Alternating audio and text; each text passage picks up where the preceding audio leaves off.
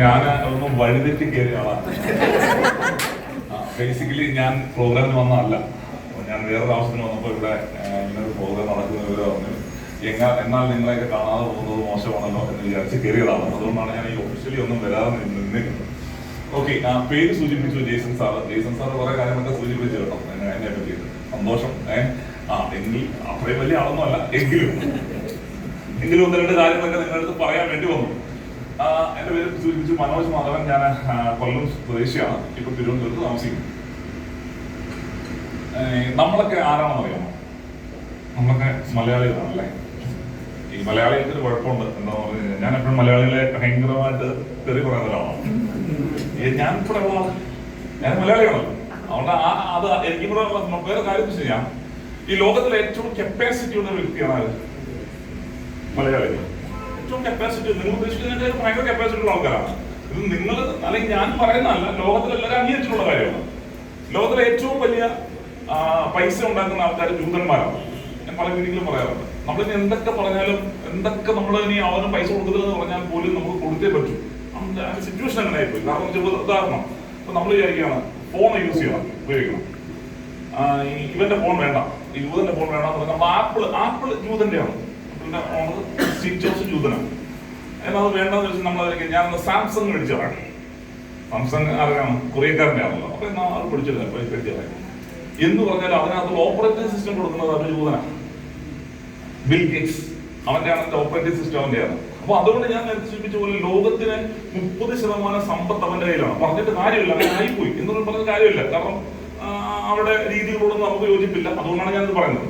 പക്ഷെ എന്തുകൊണ്ടാണെന്ന് പറഞ്ഞു കഴിഞ്ഞാൽ അവൻ അത്രയും മാത്രം അവൻ എന്താ പറയുക, ലോകത്തിലെ ഏറ്റവും വലിയ ഒരു 10 കോടീശ്വരന്മാരെ എടുത്തു കഴിഞ്ഞാൽ ഒരു 4 പേരും ആരാണ്? ജൂതനാണ്. അപ്പൊ അതുകൊണ്ട് ജൂതനെ നമുക്ക് ഒഴിവാക്കാൻ പറ്റത്തില്ല. പക്ഷെ ഈ ജൂതൻ എങ്ങനെയാണ് പണം ഉണ്ടാക്കുന്നതെന്ന് കണ്ടുപിടിക്കാൻ ഒരാളെ കൊണ്ടേ പറ്റത്തുള്ളൂ. അത് മലയാളിക്ക്.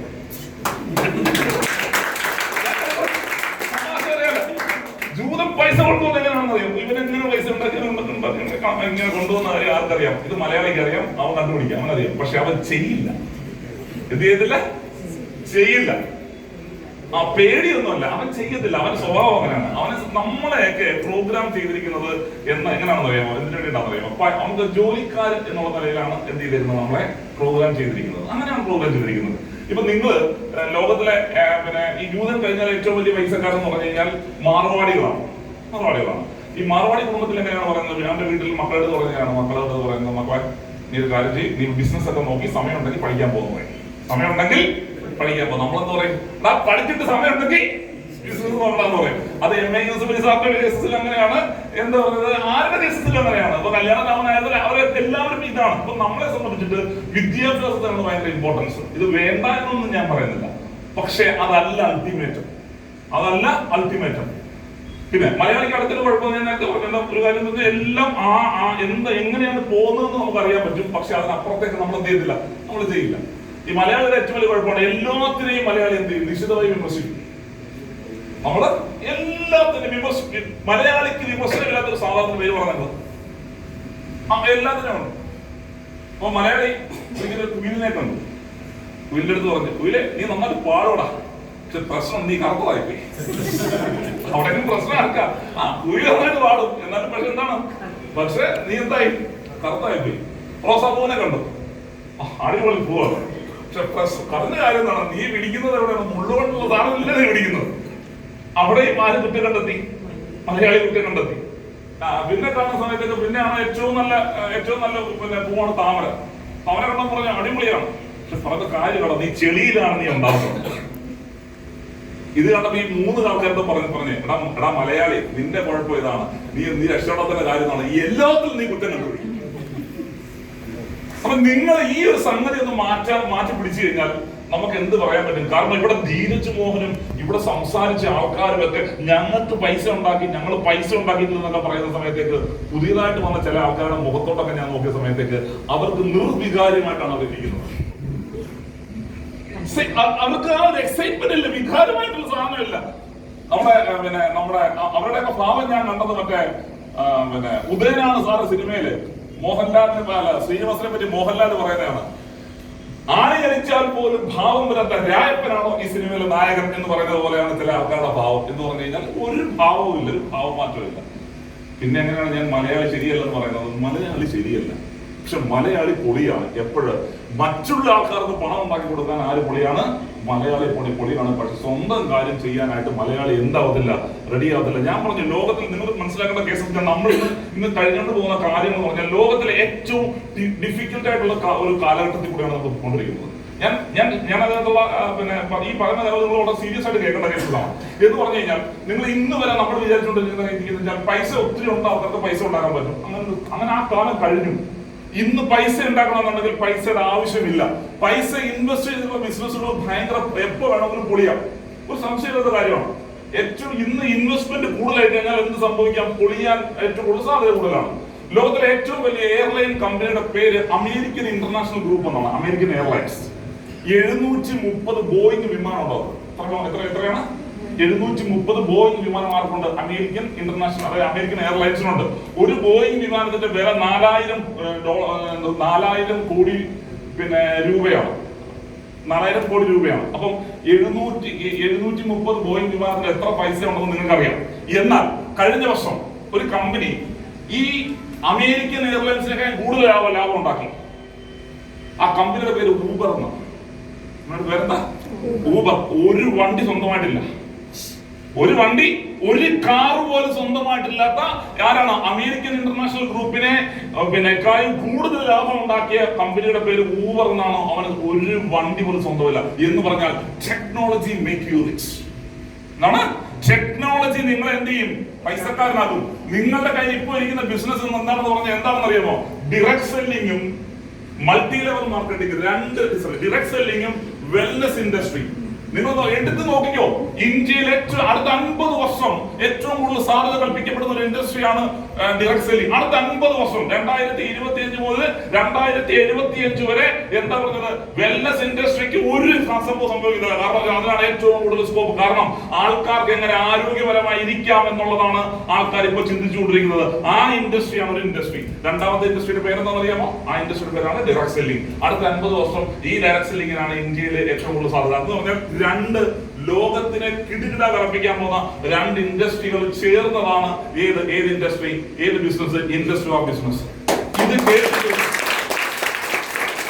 കേട്ടിട്ട് നമ്മളിൽ പല ആൾക്കാർ, ഞാൻ നേരത്തെ പറഞ്ഞതുപോലെയാണ്. എന്താണ് പറഞ്ഞത്? ഉദയനാട് താരം സിനിമയിലെ ആരുടെ അവസ്ഥയാണ്? ശ്രീനിവാസന്റെ അവസ്ഥയാണ് നമ്മുടെ ഇരിക്കുന്നത്. അങ്ങനെ നമ്മൾ ഇരുന്നിട്ട് കാര്യമില്ല. ഒരു പക്ഷെ ഇവിടെ വന്ന ആൾക്കാരും ഈ ബിസിനസ്സുമായിട്ട് ആദ്യമായിട്ട് ബന്ധപ്പെട്ട ആൾക്കാരും ഇന്ന് പുതിയതായിട്ട് നിൽക്കുന്ന ആൾക്കാരും നിങ്ങൾ എന്താണ് ചെയ്യുന്നത്? പുതിയതായിട്ട് വന്ന ആൾക്കാർ എന്ത് ചെയ്യണം? ഇന്ന് ഈ പ്രോഗ്രാം കഴിഞ്ഞ ഉടനെ നിങ്ങൾ എന്ത് ചെയ്യണം? നിങ്ങൾ ഇന്ന് തന്നെ ജോയിൻ ചെയ്യണം. ഒരു സംശയമില്ല. നമ്മളൊക്കെ ആലോചിക്കും, ഒരു 300 രൂപ 37,200 രൂപ നമ്മൾ 100 പ്രാവശ്യം ചിന്തിക്കും, എങ്ങനെയാണോ? ഞാൻ നിങ്ങളുടെ പറയാനുണ്ട്, 5 ലക്ഷം രൂപ മുടക്കി കഴിഞ്ഞ് കഴിഞ്ഞാൽ എല്ലാ മാസം 50,000 വെച്ച് കിട്ടുമെന്ന് പറഞ്ഞാൽ നിങ്ങൾ എടുത്തിടും. ഇടത്തില്ല, ഒന്നും ചിന്തിക്കത്തില്ല. ഇടും. നിങ്ങൾക്ക് ഒരു ചിന്തയില്ല. എന്നാ ഒരു ഭയങ്കര വലിയ ഇൻഡസ്ട്രി 37,200 കൊടുത്തിട്ട് ബിസിനസ് സ്റ്റാർട്ട് ചെയ്യാമെന്ന് നിങ്ങൾ പറഞ്ഞാൽ നിങ്ങൾക്ക് ആലോചനയാണ്. ആരോടത്തൊക്കെ ആലോചിക്കണം. ഈ ആലോചനകളാണ് ബേസിക്കലി മലയാളിയെ ആരുമല്ലാതെ ആക്കി തീർക്കുന്നത്. ആരാണ്? ഈ ബിസിനസ് നിങ്ങൾ നിർത്തണമെന്നുണ്ടെങ്കിൽ പോലും 6,000 രൂപ ലാഭത്തിൽ നിർത്താൻ പറ്റുന്നതാണ് ഈ ബിസിനസിന് ഏറ്റവും വലിയ പ്രത്യേകത. ഞാൻ പറഞ്ഞ കാര്യം വെച്ചാൽ, ഞാൻ പറഞ്ഞല്ലോ, ഏറ്റവും കൂടുതൽ സാധ്യത കൽപ്പിക്കപ്പെടുന്ന ഒരു ഇൻഡസ്ട്രി ആ ഇൻഡസ്ട്രിയുടെ ഭാഗമാണ്. അതുകൊണ്ട് നിങ്ങൾ എന്ത് ചെയ്യണം? പുതിയതായിട്ട് വന്ന ഓരോ ആൾക്കാരും ഒന്നും ചിന്തിക്കണ്ട. നിങ്ങൾ ധൈര്യമായിട്ട് ഇവിടെ നിന്ന് ഈ പറയുന്നത് ഞങ്ങളെല്ലാം ഓരോ ആൾക്കാരും വളരെ വലിയ ലെവലിൽ ഈ ബിസിനസ്സിൽ വിജയിച്ചിട്ടാണ് പറയുന്നത്, അല്ലാതെ വിജയിക്കാൻ പോയിട്ടല്ല പറഞ്ഞത്. ലോകത്തിൽ ആദ്യമായിട്ട് ഹിമാലയത്തിന് മുകളിൽ കയറിയ ആളുടെ പേര് ടെൻസിംഗും ഹിലാരിയുമാണ്. നിങ്ങൾക്ക് രണ്ടുപേരും പറയും. ഈ രണ്ടുപേരെ നിങ്ങൾ എല്ലാവരും കേട്ടിട്ടുണ്ട്. ഈ ടെൻസിംഗും ഹിലാരിയും പോയ വഴി കൂടെ മാത്രമേ ഇന്നും ഒരാൾക്ക് ഹിമാലയത്തിന് മുകളിൽ കയറാൻ പറ്റത്തുള്ളൂ.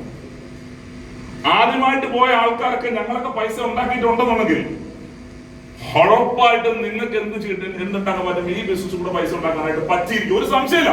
ഒരാൾക്ക് ഉണ്ടാക്കാൻ പറ്റുന്നുണ്ടെങ്കിൽ മറ്റൊരാൾക്ക് ഉണ്ടാക്കാൻ പറ്റിയിരിക്കും. പക്ഷെ ഇത് ഡിപ്പെൻഡ് ചെയ്യുന്ന ഏറ്റവും വലിയ പ്രശ്നം എന്താണ്? നിങ്ങൾ വെറും മലയാളിയായി കഴിഞ്ഞാൽ എന്തുണ്ടാവില്ല? ഒരു കാര്യമില്ല. നിങ്ങൾ തുടങ്ങിയെടുത്ത് തന്നെ നിൽക്കും. ഇനി പഴയതായിട്ടുള്ള ആൾക്കാർ, ആളുടെ തന്നെ ജോയിൻ ചെയ്ത ആൾക്കാർ, നിങ്ങൾ വരുമ്പോൾ തന്നെ വരരുത്. എന്ത് വരരുത്? തന്നെ വരരുത്, കൂടെ ഒരാളെങ്കിലും കൂട്ടിയിട്ട് വേണം ഈ ബിസിനസ്സിൽ വരാനായിട്ട്, ഈ മീറ്റിംഗിൽ വരാനായിട്ട്. അങ്ങനെ നിങ്ങൾ തന്നെ വന്നാൽ ഒരിക്കലും തന്നെ വന്ന് നിങ്ങൾ എവിടെയും നിങ്ങൾ ഒരു ലോകം കീഴടക്കിയിട്ടില്ല. ഒരു ഗ്രൂപ്പിൽ മാത്രമേ ലോകം കീഴടക്കാൻ പറ്റൂ. നിങ്ങൾ തന്നെ പോയി കഴിഞ്ഞാൽ നിങ്ങൾ എന്നും നിങ്ങളും തന്നെ ഉണ്ടാവും. അപ്പൊ എന്ത് ചെയ്യണം? നിങ്ങൾ ഈ മീറ്റിംഗിലേക്ക് ഇനി വരുന്ന ദിവസങ്ങളിൽ നിങ്ങൾ എന്താ ചെയ്യേണ്ടത്? നിങ്ങൾ വരുമ്പോൾ നിങ്ങൾ എടുക്കുന്ന തീരുമാനത്തിലാണ് ഞാൻ തന്നെയല്ല മീറ്റിംഗിൽ പോകുന്നത്. ആരെയും കിട്ടില്ലെങ്കിൽ റോഡിൽ നിൽക്കുന്ന വേണമെങ്കിൽ ബിസിനസ് കൊടുക്കാൻ പറ്റുന്നില്ലേ? ഇന്ത്യയിലെ ഏറ്റവും വലിയ പ്രത്യേകത എന്താണ്? ചില ആൾക്കാർ പറയാറുണ്ട്, എനിക്ക് സാറേ ആളിനെ കിട്ടുന്നില്ല. എന്താണ്? എനിക്ക് ആൾക്കാരെ കിട്ടുന്നില്ല. ഇത് ആൾക്കാർ പറയുന്ന ഒരു സംഭവമാണ്. ഒരു സംഗതിയില്ല.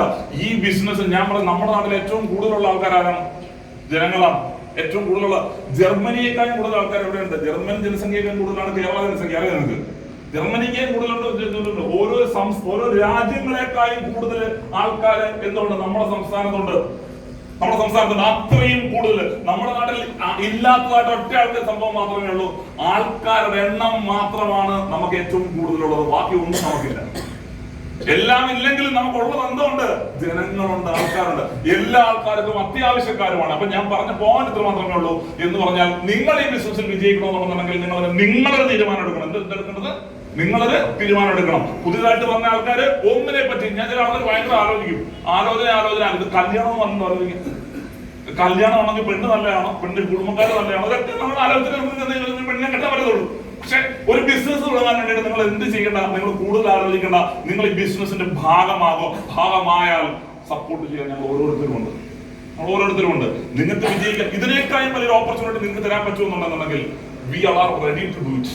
ഇതിനേക്കാളും മികച്ചൊരു ഓപ്പർച്യൂണിറ്റി ഈ കമ്പനിയുടെ ചെയർമാൻ ഒരു സാധനം ഇട്ടിട്ടുണ്ട്. ഇതിനേക്കാൾ നല്ലൊരു ഓപ്പർച്യൂണിറ്റി നിങ്ങൾക്ക് തന്നു കഴിഞ്ഞാൽ നിങ്ങൾക്ക് 10 ലക്ഷം രൂപ അദ്ദേഹം പറഞ്ഞത് ഇതിനൊക്കെ നല്ലൊരു പ്ലാൻ നിങ്ങൾക്ക് പ്രസന്റ് ചെയ്യാൻ പറ്റുമെന്നുണ്ടെങ്കിൽ അങ്ങനെ പോലും പറഞ്ഞു. അപ്പൊ ഞാൻ പറഞ്ഞു അതിനേക്കാൾ, അതായത് ഇന്ന് നമ്മുടെ നാട്ടിലുള്ളതിൽ വെച്ച് ഏറ്റവും മികച്ച ഓപ്പർച്യൂണിറ്റി, 1 രൂപ പോലും ചെലവില്ലാതെ, 1 രൂപയുടെ പോലും ഇൻവെസ്റ്റ്മെന്റ് ഇല്ലാതെ, എന്നാൽ നിങ്ങൾ വിചാരിച്ചാൽ നിങ്ങൾക്ക് ഒരാളുടെ ലൈഫ് തന്നെ മാറ്റാൻ പറ്റുന്ന ഏറ്റവും മികച്ച ഓപ്പർച്യൂണിറ്റിയാണ് വിവാഹ ഓപ്പർച്യൂണിറ്റി. ആ ഓപ്പർച്യൂണിറ്റി നിങ്ങൾ ഓരോരുത്തരും എന്ത് ചെയ്യണം? നിങ്ങൾ ഉപയോഗിക്കണം. അങ്ങനെ ഉപയോഗിച്ചുകൊണ്ട് നിങ്ങൾ എന്ത് ചെയ്യണം? നിങ്ങൾക്ക് വിജയിക്കാൻ പറ്റിയ ഏറ്റവും ബെസ്റ്റ് പ്ലാറ്റ്ഫോം ആണത്. ഞാൻ ഒരു കഥ പറഞ്ഞുകൊണ്ട് ഞാൻ നിന്നിട്ടുണ്ട്. അതായത് ഒരു കാര്യം, അതായത് ഈ പണ്ടത്തെ കാലത്ത് ഒരിക്കലൊരു ശില്പി ഞാൻ നടന്നു പോയിക്കൊണ്ടിരിക്കുക. ശില്പി ഒരു പുള്ളി ഇങ്ങനെ ഈ കല്ലൊക്കെ കൊത്തുന്നില്ലാവോ. അപ്പം പുള്ളി കടൽക്കരയിലാണ് നടന്നുകൊണ്ടിരിക്കുന്നത്. അപ്പൊ എന്ത് ചെയ്തു വെച്ചാൽ പുള്ളിയുടെ കാലിൽ കല്ല് തട്ടി. ഈ പുള്ളി കല്ലെടുത്തിട്ട് പുള്ളി പറഞ്ഞു, അന്നത്തെ പഴയ കാലഘട്ടമാണ്. അപ്പം ഇത് അന്ന് ശില്പി സംസാരിക്കും, കല്ലിന് സംസാരിക്കാൻ പറ്റുന്നൊക്കെയാണ് പറയപ്പെടുന്നത്. ഇതൊരു കഥയാണ്. അപ്പൊ എന്താ ഈ ശില്പി കല്ലെടുത്തിട്ട് ശില്പി കല്ലെടുത്ത് പറഞ്ഞു, കല്ലേ ഞാൻ തന്നെ ശില്പം കുത്തിക്കോട്ടെ എന്ന് ചോദിച്ചു. അപ്പം ഈ കല്ല് ചോദിച്ചു, ഇത് ഉളി കൊണ്ടാണോ കുട്ടുന്നത്? അതെ, എനിക്ക് താല്പര്യമില്ല, കാരണം എനിക്ക് വേദനയും. ശരി, പുള്ളി തന്നെ അവിടെ കളഞ്ഞു. പുള്ളി പോയിട്ട് കുറച്ച് ഫ്രണ്ടിനോട് പറഞ്ഞു, ഇന്നൊരു കല്ല് കണ്ടു. ആ കല്ലിന് ഇതേ ചോദ്യം ചോദിച്ചു. അപ്പൊ ആ കല്ല് പറഞ്ഞു, ശരി, എഗ്രി ചെയ്തു, ശരി ആയിക്കോട്ടെ, നീ കുത്തിക്കോ എന്ന് പറഞ്ഞത്. അതിന് ശില്പം കുത്തി. അതൊരു ദൈവത്തിന്റെ ശില്പമാണ് കുത്തിയത്. അതെന്ത് ചെയ്തു? ഇദ്ദേഹം തൊട്ടടുത്ത് ഒരു ക്ഷേത്രം പോലെ ഉണ്ടാക്കി ആ ശില്പത്തിനെ അവിടെ വെച്ചു. കുറച്ച് നാൾ കഴിഞ്ഞ സമയത്തേക്ക് ആൾക്കാർ വന്നു തുടങ്ങി. ആൾക്കാർ ഭയങ്കരമായിട്ട് എന്ത് ചെയ്തു? വന്ന് പറയുമ്പോൾ തിരക്കായി. നിങ്ങൾക്കറിയാം, ക്ഷേത്രങ്ങളിൽ ഒരു വലിയൊരു ആചാരമുണ്ട്, തേങ്ങ അടിക്കുക എന്ന ആചാരമുണ്ട്. അപ്പൊ കടൽക്കരയാണ്. അപ്പൊ ആൾക്കാർ നോക്കിയ സമയത്ത് തേങ്ങ അടിക്കാനായിട്ട് കല്ല് കണ്ടില്ല.